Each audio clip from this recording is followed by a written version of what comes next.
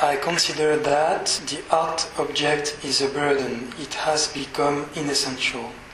In the present context, removing is a major gesture. Our opinion of authorship, based upon the idea that there is one single author behind each work of art, is a delusion, a shortcut that has to be rethought. The exhibition is an outdated stylistic device that needs to be abandoned in favor of other approaches, such as maneuvers or operations. So here the typical situations of exhibitions all around the world, and specifically in Paris, in the Grand Palais. And for me, this has to vanish. And instead of work of art, subtraction, instead of exhibition, operation, instead of single author, collaboration. As an artist working in the Biennale de Paris, I propose services through two identities, IKEA services and glitch. These services privilege experience, assuming their full meaning in the leap from speculation to execution. They do their best to trip up routine. In place of a limited but profitable commodity art, they propose the open-ended, evolving principle of services, a collaborative effort based on a radical element of nasty surprises. It is a story in the making, and each new participation contributes an additional episode. And this is what I call a service, instructions that are waiting to be put into practice, to be used. For example, fight the power, externalization of repressed tension, spirit of rebellion, animosity, hatred. The service provides the necessary assistance for this act of eradication. And here we have an example of activation of the service in the kitchen of Guillermo de Vieville. So before on the left top and after on the right, here and here. And here a detail. J'ai un petit problème avec le micro parce qu'en fait je parle en face. Voilà.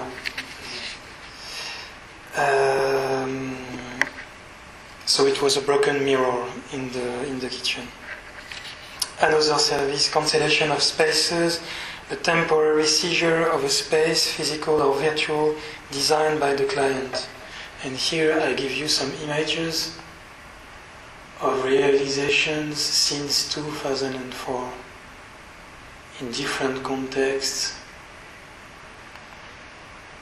I don't explain it in detail, but you can see the kind of actions, operations.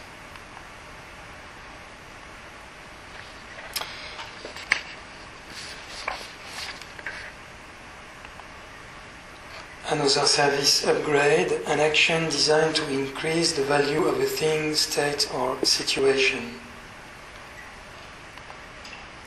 And here my idea was to upgrade beer, a famous beer in France, 8.6, that I've transformed in 8.7, which was not existing at this time. So the beer was really strong, and this is the result. To lie deliberately, and of course there's no need for pictures. Slow-mo, to act with an exaggerated slowness. And the activation of the service, for example, was consisting in slowing down a waiter during an opening. When someone asks me to qualify my practice, I state that instead of displaying art products, I operate in everyday reality. To operate in everyday reality characterizes an art practice that relegates art to the background in order to conquer everyday reality. This is why the actual art scene, entirely conceived to glorify fetish and commodity, is seriously depressing me. With the Biennale de Paris, I hope to explore and develop unusual paths. It doesn't matter if, in order to do that, I'm out of step.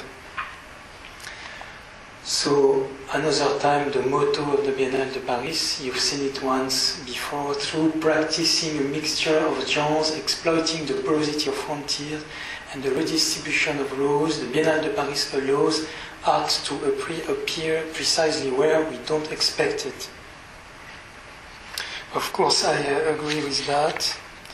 As you've seen through my examples of services, I consider art wording, written or spoken instructions for use, as a true alternative. Donc, art wording, written or spoken instructions for use.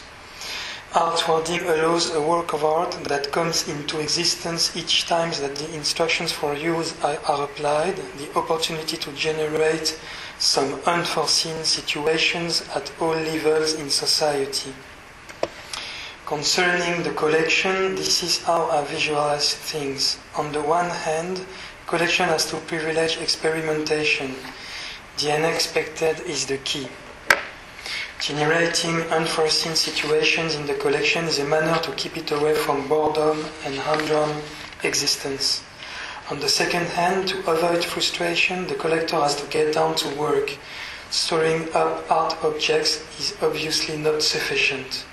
This is why, according to me, a collector needs art wording, because art wording encourages involvement. This can be summarized in the form of a very simple sentence: from storing to action. When I think about a possible history of art wording, the American artist George Brecht is one of the first to cross my mind. With Water Yam, the project appeared in 1959 for the first time. He imagines art practice as follows. On 100 small cards gathered in a box, he proposes instructions for events that everybody can play, as Brecht would say, or perform, as we would say today. For example, turn on a radio, at the first sound, turn it off. In spite of its sober appearance, Water Yam is a work of art of a new kind. It concentrates an infinite vitality in a small piece of cardboard, a challenge that art objects cannot take up for the most part. In other words, a collector who possesses this single box created by Brecht can put it into practice at home as many times as he wishes, something like 100 works of the artist. There is a great power inside of this, told Brecht, speaking of Water Yam.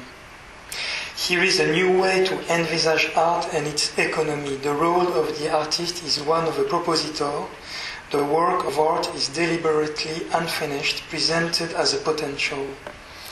Actually, many artists adopt that scheme, but they rarely agree with all the consequences of such an approach. Most of the time, they try to find a balance between art wordings and art objects. They mix an innovative vision with old values, which of course is not the case of the actors of the Biennale de Paris. Within the framework of this meeting, the service I would like to explore at this point has a direct link with our subject, what art collections for the future. The name of this service is Ceinture.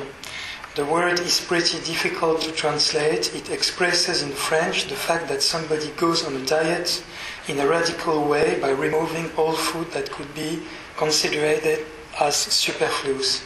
It could be something like diet or tightening one's belt. It was written in 2005 by Guilain Olivierville, who is just here. According to me, Ceinture is the peak of his experience as a collector. You will quickly understand why. The idea is to empty. Ceinture, in a collection, so this is the instructions, in the collection, withdrawal of all the works of art that haven't been elaborated in collaboration with their buyers. Let's see what the service proposes to the collector. By removing, so now it's the instructions in detail. By removing from his collection all the works of art that haven't been elaborated with his collaboration, the collector will become able to welcome the archetype of an art freed from its conventions. How to do it? Here are some more instructions. I give you another image. Remove from your collection every framed work of art, every sculpture exhibited on a pedestal, every drawing or picture appearing behind a protection glass or in the center of a pretty harmonized border. Take down all the spotlights that glorify the work of art's autonomy. After that, eliminate each piece that doesn't suggest its own method of display, that doesn't propose its own way to be possessed, and that takes no notice of the experience of its own perception. Keep only the sort of pieces on which it is possible to intervene at the beginning, as they come into being, and later on, for their successive updating in space and time. Rapidly bought after its creation by a couple of famous collectors, Myriam and Jacques Salomon, Alexandre was speaking about them, the service was put into practice once in 2010 in the Parisian loft. Here are the photos of this experience, before on the left, so before the activation of ceinture, and after on the right. Designed furniture was intentionally left by the collectors because they did not consider it as belonging to art. Unfortunately, this withdrawal of all the works of art that haven't been elaborated in collaboration with their buyers was temporary. Here you have another view, before on the left, after on the right. As a conclusion, I would say that every collector who abandons art objects and fetish in order to get down to work through notation, scripts, protocols, instructions for use, what I call artwarding, is working for the collection of the future. Why? Because such collector develops the most crucial part of art practice. Moreover, let's precise that an approach through artwarding, as Guillain was already saying it in his project name, without any transport, without any insurance, without any expenses, totally based on the idea to realize works by following instructions for use, is delivering works of art from the grip of time. And tell me which collector wouldn't like to possess eternal works of art. To close my lecture, I encourage the collector who would like to follow me to put into practice the service notations, to convert each work of art of a collection into instructions which will make it possible to rebuild the work without having ever seen it. The original collection will be destroyed after several successful rebuilds.